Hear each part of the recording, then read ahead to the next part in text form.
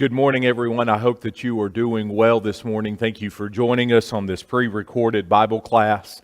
I hope that this study, this journey through the book of Deuteronomy has been beneficial, that it's been informative, and that all of that is leading to some transformation in our life. As always, if there's anything that we say or do here that elicits any questions, feel free to reach out. Let me know through email or text message or phone call, and be more than happy to do that. We're going to be in Deuteronomy chapter 6 this morning, Deuteronomy 6, and we're going to look at the first 9 verses. You've probably figured out that instead of what a normal Bible class would be in taking maybe a verse-by-verse approach, I'm taking just some of the high points of each chapter and building a class or a lesson around it. So my encouragement to you is to fill in the blanks, to read the entire chapter, to make sure that you keep everything in context. I'm trying to do that as we go along in this class, but I hope that you will do the same. Deuteronomy chapter 6. Would you read with me this morning the first 9 verses? Now this is the commandment, the statutes and the rules that the Lord your God commanded me to teach you, that you may do them in the land to which you are going over to possess it, that you may fear the Lord your God, you and your son and your son's son, by keeping all his statutes and his commandments, which I command you, all the days of your life, and that your days may be long. Hear therefore, O Israel, and be careful to do them, that it may go well with you, and that you may multiply greatly, as the Lord, the God of your fathers, has promised you, in the land flowing with milk and honey. Hear, O Israel, the Lord our God, the Lord is one.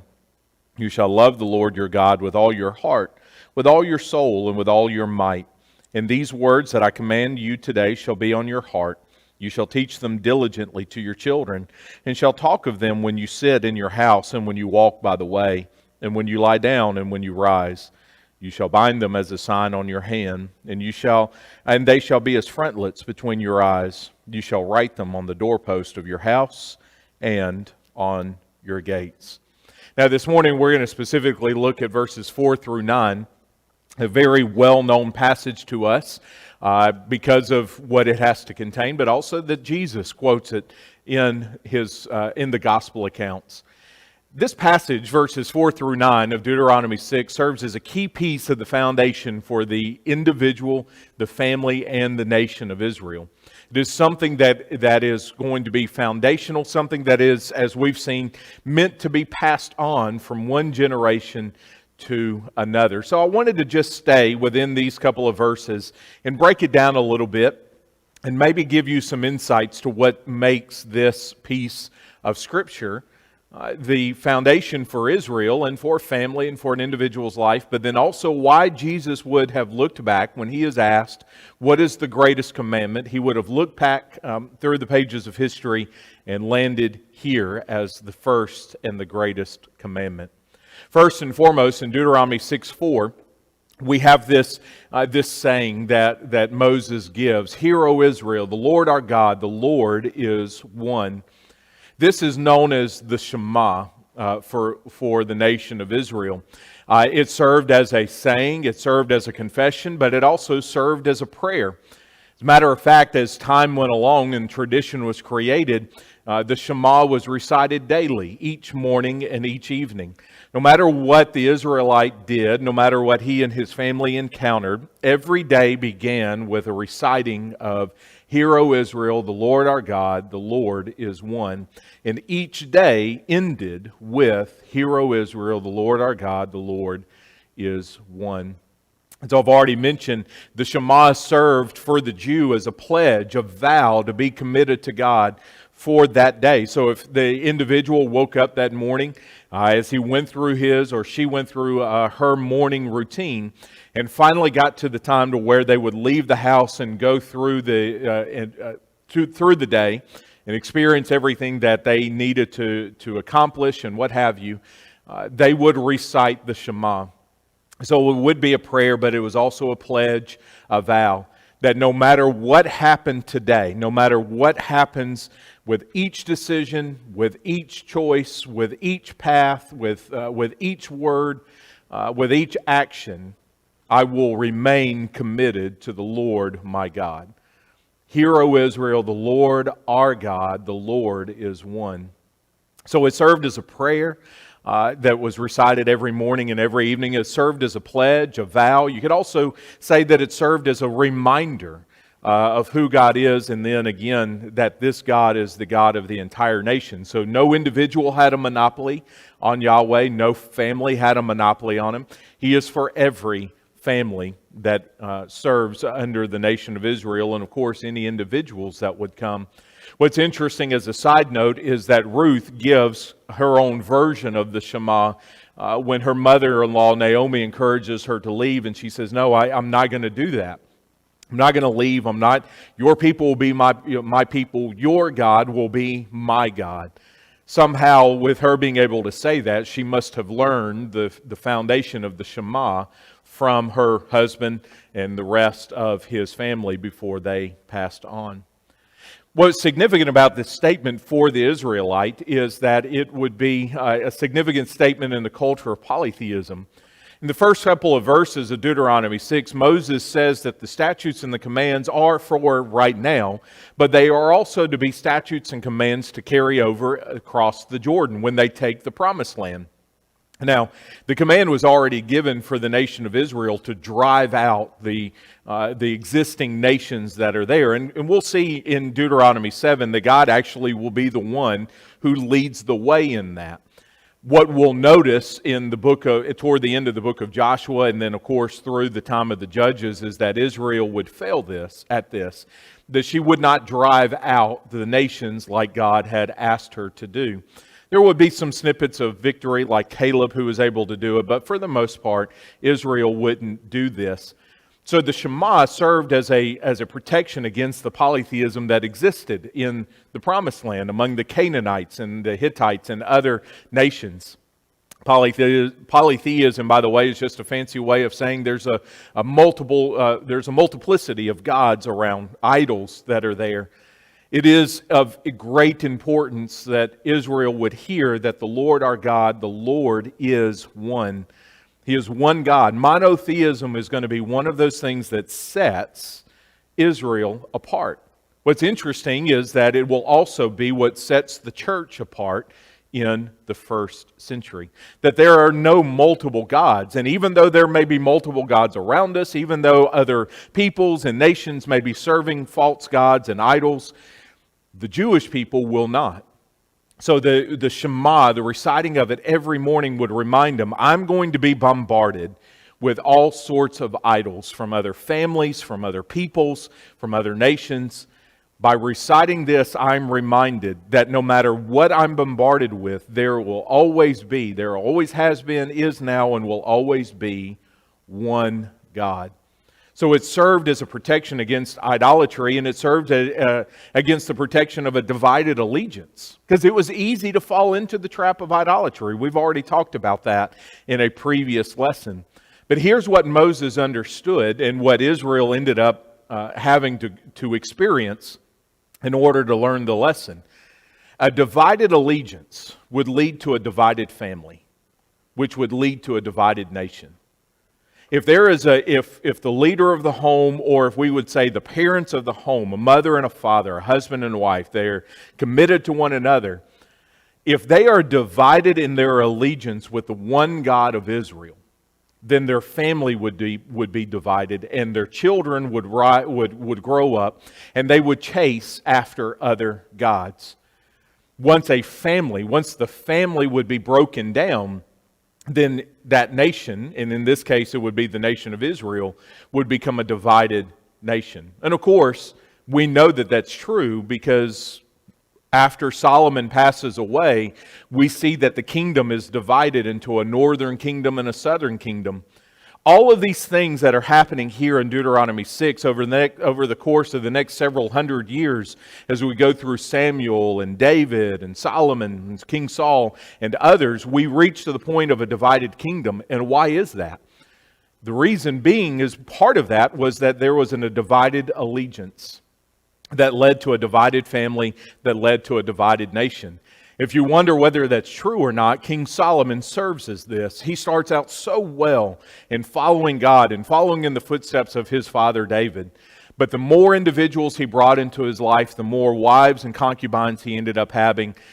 It brought in a divided allegiance to foreign gods. Those gods ended up dividing his family. Rehoboam and others of his sons would go and lead a division. And ultimately, it would divide the nation of Israel into a northern and to a southern kingdom. This is a significant spiritual application for us. You may be wondering, why or how this would impact us. Do you remember that in Matthew chapter 6 in the Sermon on the Mount, that Jesus speaks of us, the people in the kingdom, the people in the church, can have a divided allegiance too. Instead of maybe talking about it from the perspective of reciting a prayer or reciting a vow or something, he just simply tells us that no person can serve two masters. That at some point in time, if he tries to do that, at some point in time, he comes to a crossroads where he will hate one and love the other. One of the things that we've got to remind ourselves on a daily basis is that there is no God but our God, that there is no Lord but our Jesus. It is so important for us as individuals, as Christians, that we make sure that our heart and our mind and our lives are not in a divided allegiance. Because if it is, our families will be divided. We won't know which God is supreme. We'll end up giving time and money and other resources to chase after other gods. And it is very possible that a divided allegiance that leads to a divided family will lead to a divided church. Because a church is only as strong as her families. Just as a nation is only as strong as the families that are in it, the church is only as strong as the families that make up that local body. We need to make sure that we are not living a life of divided allegiance. It is still profitable for us to know and to hear, O Israel, that the Lord our God is one. The Shema is the technical way, it means to hear or means to listen. That's the definition of it. It comes from that word that is translated into English as hear. Moses is telling the people to hear, to listen. But he's not just doing it in terms as you're hearing my voice with sound and audibly with your ears. But it's to hear or to listen with love. Listen with love for this one God. To hear, O Israel, the Lord our God, the Lord is one. And then he goes right into that with verse 5, you shall love the Lord your God. So don't just hear him, don't just listen, but do so with love for this one God. It's easy for us, and we know this for those of us that have small children, to know that when we ask them, did you hear me? Or are you listening? When we're young, we do so out of obligation. I know your mom, I know your dad, I will listen to you. Our hope and our prayer is that our children grow, just like our parents had the same hope and prayer, is that as they grow and mature, we would listen to our parents because we love them and we respect them. And we want to honor them. The same goes with the nation of Israel. Maybe in their infancy, they would listen to God. They would listen to Yahweh, and they would listen to Moses out of obligation. I know you are Moses. I know you are God. We're going to listen. But here, Moses brings this new generation on the cusp of the Jordan, and he says, I want you to listen. I want you to hear, but I want you to do so because you love this one God. But it's not just enough to hear and to listen with love. Moses always brings it back that there is a purpose for hearing and for listening, and there is always a purpose for love. Love isn't the end goal. The end goal is obedience. So if I could give you a simple equation that Moses seems to be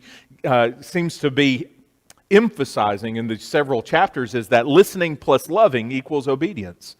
Right? I'm going to listen to God because He's wise and He's smart and He knows what He's doing. He sees all, He knows all, and He wants what is best for my life, which is following Him and submitting to Him. But I'm also going to listen to him because I love him. I respect him, I revere him, but more than anything, I love him.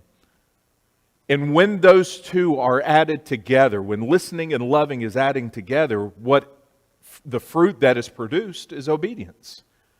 Now, notice, again, I'm not going to take the time this morning to do it, but if you go back and reread the first couple of verses of chapter 6, and then, of course, combine that with the previous 5 chapters, you notice that Moses mentions a lot. Be careful to do. One of the things I'd have to ask myself, and this is part of renewing my spiritual life, is, have I been listening to God out of obligation? Have I been listening to God of just simply, well, He's God, He's telling me what to do, so I'm going to do it? Or have I been growing and maturing to where I'm listening to God because I love Him and I want to obey Him? That is a great question to ask on a regular basis. Maybe not on a daily basis, because the hope would be is that we're not struggling like that on a day-to-day basis. But if we are, it's still a good question. Am I listening and am I loving God so that I can live in a life of obedience to Him? And again, the obedience and the commands, these things are not burdensome. This isn't God trying to lay weight on our shoulders. But Moses has said twice in the first 3 verses of Deuteronomy 6 that if you do this, if you listen, if you love, and if you obey, it will go well with you in your life. Do you want it to go well with you in your life and your spiritual life? I know I do. And if we do, then we listen and we love. That leads us to obedience. Jesus speaks of this, by the way, in John 14:21 about His commands, and that if we love Him, we will follow those commandments. That is how our love is proven, or that is how our love is made known for Him and to everyone around us. And of course, in Mark 12:29, Jesus mentions the Shema. Matthew doesn't record it, and neither does Luke, but in Mark, Jesus, when He is asked what is the greatest command, He begins with what we just read in Deuteronomy 6:4. Hear, O Israel, the Lord our God is one. Why would He do that for this kingdom that He is ushering in? Why would He take something uttered thousands of years before and say it still has application today? Because God still wants us to listen. That if we are, even though we are under the new covenant of God, through Christ and His death and His resurrection and His ascension, that the concept of God wanting to bless us in this life and having a spiritual life that is vibrant and healthy comes from first and foremost hearing, like Israel did, that the Lord our God is one. See, the thing about the Shema that Moses was hoping would happen, and this is what stands out with verses 5 and 6, is that he wanted them to be planted with love for God. But it wasn't just in any place. Notice the 3 places that he mentions: the heart, the soul, and the might. Jesus in Mark 12:30 will add the mind. Heart, soul, mind, and strength or might, depending on the version that you have. In other words, what Moses would say, and it's something that's very familiar with us, and this is what happens, it loses its impact sometimes when things are familiar. When something grows familiar to us, it loses its emphasis. But Moses is communicating to a new generation of Israelites that the Lord our God, the Lord that is one, your love for Him should go to every nook and cranny and crevice that makes up your life. We are individuals of physical strength, right? That's might. We are an individual of a heart, and keep in mind for a Jew that would listen to the heart, that would hear the word heart. In the ancient Near East, the heart was the center of the human life. So with the heart you felt, you had emotions, but also with the heart you made decisions, you made choices. And then, of course, the soul, which we know is valuable because man became a living being when God breathed in the breath of life, that soul, that spirit that came in. Jesus adds the word mind in Mark 12:30 because he, understanding a dominant Greek culture that separated the heart and the mind, he added that in so that for the rest of time. And even now, we know this. We've divided the heart and the mind where the Jew combined them both.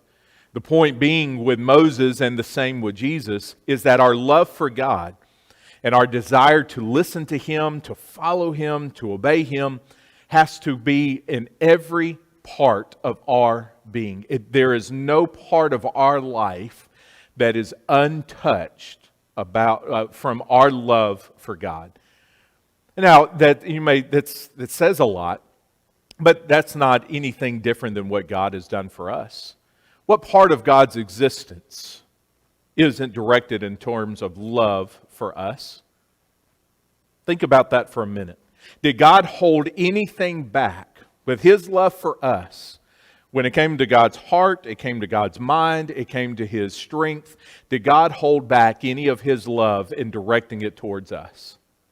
Knowing what we have from Scripture, He didn't hold anything back. Why would we hold anything back in our love for Him? Why would we hold back a portion of our heart or our soul or our strength or our mind in loving Him? If we know that He is one God, if we know that there are no other gods, if we know that there is no other competition and that there isn't anyone that is equal with Him, then how can we not love Him with all of our heart and soul and might and mind? This is what Moses wanted the new generation of Israelites to have, and this is what Jesus wanted Christians to have. And this isn't just a command for us as individuals, but this is for us as a church. This is the reason why Jesus looked back and said, this is the greatest commandment. Out of everything that has been created, out of the 600 plus commands, both positive and negative, the greatest of them all is to love God with all of your heart and all of your soul and all of your mind and all of your strength. And that love should be the driving force on why we do the things we do. I don't do it because I'm earning something. I don't do it because I'm trying to make up for something, or I want to prove to God that He made the right decision by sacrificing Jesus. I want to love God because He has first loved me and He has not withheld anything from me. So how can I withhold anything from Him? You want to renew a spiritual life? Go back to loving God with everything of who you are and leave no part of your life untouched. Moses goes on in verses 7 through 9 and he says, this needs to be passed down to the family. Oh, how I wish, and I pray, I must say even more than wishing, I do pray for all of us as families. There is nothing greater than a family that is centered on God. There are a lot of things in our life that will try to get us off center. Job, family obligations, academic pursuits, just to name a few, sports. We need to be families. We need to be families that are centered on God. And to pass down to our children and our grandchildren the importance of God in life, that He is supreme.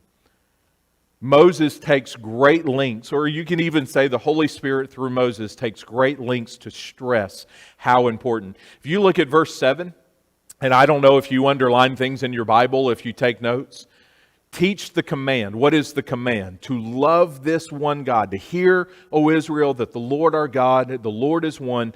To love Him. That's the command. Those are the two things. Hear and love. And notice what he says. Teach it diligently. Not teach it, don't teach it in a lukewarm state. Don't teach it when you think, okay, well maybe today is a better day than tomorrow. No, you teach it diligently. You teach it on purpose. I think sometimes, and this is for us as Christians, sometimes we think our faith is going to be just osmosis. It's just, I'm going to come in contact with somebody and it's just going to automatically pass from me to someone else. God made sure that Judaism and Christianity were verbal faiths. They were meant to be passed down. Now, I know we would look at it and say, well, maybe it would be easier just if our kids could just be exposed to a church on Sunday and worship and Bible class, and maybe that will be enough. I can tell you that no amount of exposure on a Sunday and a Wednesday only is ever going to be enough for our children to know that the Lord our God, the Lord is one, and that they are to love Him. That means that we as parents have got to make the time. We have to be intentional with this command and to teach them diligently, just like the Israelites had to do. And in teaching them diligently, we had to make the most opportune time. Now, there are times, we're cutting grass. I'm not going to teach my kids when a lawnmower is going as loud as it can be what the greatest command is. That's just not an opportune time. There are too many distractions. We know that. We know what it means by an opportune time. Here is what Moses would say in verse 8. He says, the teaching of the Shema, when the law itself, so not just this command, but everything in it, would include the hands and it would include the eyes. Have you ever wondered about that? The frontlets of the eyes, something on the hands, something as reminders. Now maybe we don't have frontlets and little things on our hands, but maybe you're like me. I can write on my hands every now and then with a pen, or I have Post-it notes all over my desk and other things. The eyes and the hands were meant to be metaphors for vision and for action. And when it came to vision, it really was about direction. When God wanted the frontlets of the eyes, and the Jews took it seriously and literally, and they did have frontlets on their eyes, the point was that He wanted to understand is that it is so important that you take the direction that leads you to God and not away. If the Shema and the rest of the law would be taught the way that God intended it, then the direction of the family and the direction of the children of the family would have a greater chance of success, of being led to God. There are so many things that are trying to distract our eyes. So many things that Satan puts in the way to say, instead of looking down the middle, let's look over here to my left, your right, or my right, your left. There's a reason why God says over and over in other places, don't go to the left or the right. Have a straight path. That sounds familiar, doesn't it? Because I think Jesus said something at the end of His Sermon on the Mount that there are two paths, one that's narrow and one that's broad. We need to have our eyes, our vision, our direction geared to the one God and to love Him. And then, of course, our hands are to equal action. We do things with our hands. I have hand motions. I do that all the time. It's been interesting to watch the videos and to see the hand motions that I have along with the lesson. You see what Moses is saying is that the vision and the direction, the Shema, the law, and all the commands of God are not just meant to be internal, but they should lead to an external life, a life that would be seen by others. This is what was meant about the frontlets of the eyes and the things on the hands. Moses, what's interesting about this, and we'll close with verse 9, is that he says, write them on the doorpost and write them on the gates.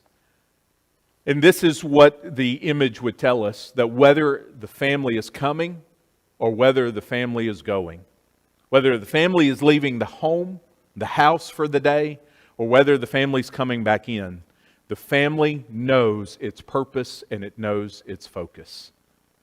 It knows when it leaves these gates, the Lord our God, the Lord is one. And for the rest of this day, I will love Him with all of my heart and all of my soul and all of my mind. And when they come back home at the end of a long day, whether it's been working in the fields and harvesting the crops, or whether it was brick making, or whether it was carpentry, or whatever it was that was being done, when they came back home, they would know we are entering into a home where we hear that the Lord our God, the Lord is one, and that as a family we will love Him with all of our heart, with all of our soul, with all of our mind. I wonder what it would look like if we put that into practice for our own families, that we would build our life on this. And if you wonder whether, again, this is applicable or not, Jesus brings this in Mark chapter 12, verses 29 and 30. These things are important for us too. Maybe we're not writing on the doorpost. Maybe we don't have gates coming in and exiting with our pieces of property. But what I can say is that we must be diligent to teach our children. Which means that we have to believe it ourselves first. We cannot teach our children and our grandchildren what is not first in us. You want to renew your spiritual life? Has your life been centered on Hear, O Israel, the Lord our God, the Lord is one. Thank you so much for joining us on this Bible class. I hope that it has been challenging, because it has been challenging for me. If you have any questions about anything that was said here today, please feel free to reach out. Thank you so much for joining us, and I hope that you have a great day.